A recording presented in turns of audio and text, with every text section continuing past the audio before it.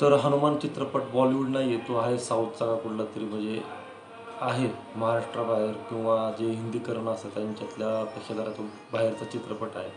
तर चित्रपटाचा ट्रेलर ज्यावेळेस पाहिला होता त्यावेळेस काही एवढी इच्छा उत्पन्न नव्हती झाली होती. पण तरीसुद्धा एक मित्र म्हणला "अरे आपल्याला पाहायचा आहे." तर तो चित्रपट पाहिला.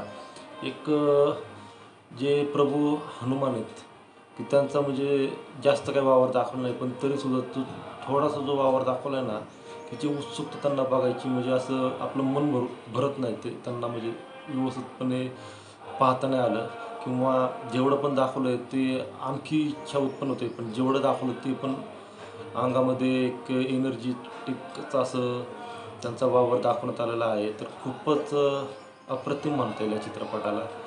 म्हणजे अप्रतिम का म्हणतोय, की एवढा पण काही खास आहे असं नाही म्हणू शकत मी. पण वन टाईम वॉच नक्की चित्रपट आहे. एक साधारणच कथा आहे. साधारण म्हणजे गाव आहे. गावात ते जुने नाही का अन्य लोकांवर, गरीब लोकांवर कसं ते सारा वसूल करणे वगैरे त्या टाईपचं ते चित्रीकरण आहे. पण पाहायला एकदम मस्त वाटतं आणि त्याच्यामध्ये कसं आहे आपले DCचे किंवा मार्वलचे जे सुपर हिरोज आहेत त्यांचा पण थोडाफार नाही का म्हणजे त्यांनी वापर केलेला आहे कॅरेक्टर टाईपमध्ये की असं आहे तसं आहे.